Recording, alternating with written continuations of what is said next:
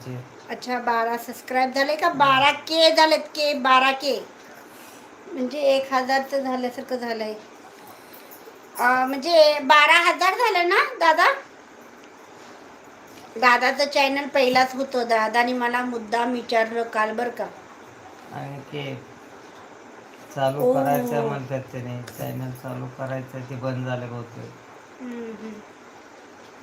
दादा तुमचं पहिल्यापासून चॅनल होतं. मला काय म्हणतात हसायला लागले तरी बघितलं का हसायला लागले हम्म. तर पहिलाच होतं चॅनल आणि मला वेड्यात काढलं का नाही तुम्ही.